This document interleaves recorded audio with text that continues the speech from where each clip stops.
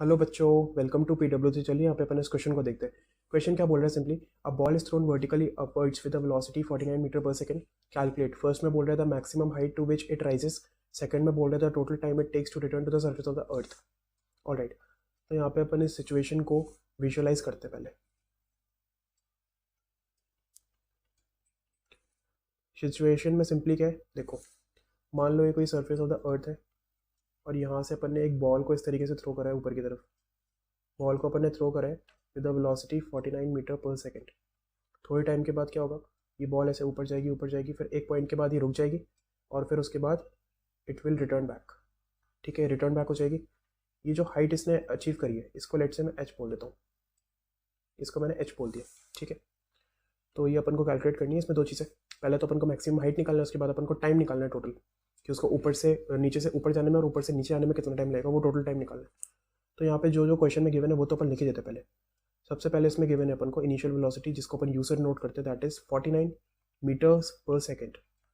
उसके बाद और क्या गिवन है, इसमें अपन एसेलरेशन को क्या यूज़ करेंगे, एसेलरेशन को अपन जी के बराबर रखेंगे। क्यों? क्योंकि अपन यहाँ पे एक अपवर्ड मोशन की बात करें ना। ठीक है, तो यहाँ पे देखो एसेलरेशन कितना हो जाएगा, 9.8 मीटर पर सेकेंड स्क्वायर। ऊपर वाली डायरेक्शन को मैं प्लस बोल रहा हूँ, नीचे वाली डायरेक्शन को मैं माइनस बोल रहा हूँ, और आपको पता है कि जो बॉल है उस पर जी नीचे की तरफ एक्ट करेगा। ठीक है, तो इसका मतलब यहाँ पे जो एसेलरेशन है ना, मैं खुद ही आगे इसके माइनस साइन लगा दूंगा। इतना क्लियर है? अब यहाँ पे देखो, यहाँ पे मेरे को कोई ऐसी इक्वेशन ऑफ मोशन ढूंढनी है जिसमें u का टर्म आता हो, जिसमें a का टर्म आता हो, जिसमें साइमल्टेनियसली h का भी टर्म आता हो, यानी कि s का टर्म आता हो। तो आप समझ गए होंगे मैं बात कर रहा हूँ तीसरी इक्वेशन ऑफ मोशन की, that is v square is equals to u square plus 2s। तो यहाँ पे देखो, v square is equals to u square plus 2as। यहाँ पे वैल्यूज रखो। v इसमें जीरो करेंगे, क्यों? क्योंकि जब ये टॉप पोजिशन पे पहुंच जाएगा तो इसकी ऑब्वियसली बात है वेलोसिटी जीरो हो जाएगी। तो हो जाएगा zero square is equals to u square, यानी कि 49 का whole square plus 2 times acceleration कितना, -9.8 इंटू एच। एस को मैं एच लिख देता हूँ। तो यहाँ से जब आप इसको कैलकुलेट करोगे ना, तो एच का वैल्यू आएगा 122.5 metres. So this is the height which is achieved by the ball. तो ये हो जाएगा इसके ए पार्ट का आंसर। ठीक है, इसका बी पार्ट देखो क्या बोल रहे हैं, the total time it takes to return to the surface of the अर्थ।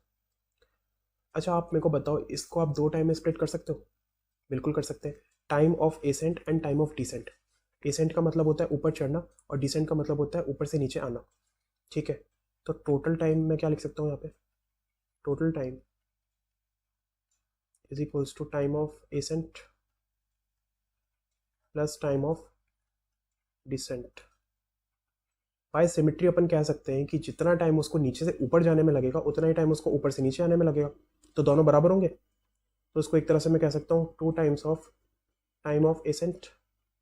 तो अगर मैं टाइम ऑफ एसेंट निकाल लूँ तो फिर मेरा आंसर आ जाएगा, उसका 2 टाइम्स करके मेरा आंसर आ जाएगा। ठीक है, तो यहाँ पे टाइम ऑफ एसेंट कैसे निकालेंगे, इसमें कौन सी इक्वेशन ऑफ मोशन यूज़ करें? यहाँ पे अपन को टाइम निकालना है, तो यहाँ पे अपन तीसरी इक्वेशन ऑफ मोशन को तो यूज़ नहीं कर सकते, तो फिर पहली और दूसरी को यूज़ करेंगे। क्यों? क्योंकि उसमें टाइम का टर्म आता है। तो इसमें से आई थिंक पहली को यूज़ कर लोगे तो ये आंसर आ जाएगा। पहली क्या होती है, v is equals to u plus 80। ठीक है, अब इसमें भी क्या हो जाएगा, वी तो जीरो हो जाएगा, क्योंकि जब वो बॉल टॉप पॉइंट पे पहुंचेगी तो उसकी वेलोसिटी जीरो हो जाएगी। क्यू कितना है, 49, और ए की जगह रखूंगा मैं -9.8 इंटू टाइम।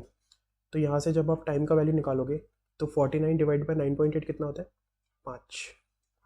तो यहाँ से टाइम का वैल्यू आएगा 5 सेकंड। बट ये आंसर नहीं है, आंसर में टोटल टाइम पूछा है, उसको नीचे से ऊपर जाने में और ऊपर से नीचे आने में, तो इसका 2 टाइम्स करेंगे। So total time will be twice of 5, that is 2 into 5 is equals to 10 seconds। तो ए पार्ट का तो आंसर हो जाएगा 122.5 मीटर और बी पार्ट का आंसर हो जाएगा 10 second. So I hope the question is clear. Thank you guys.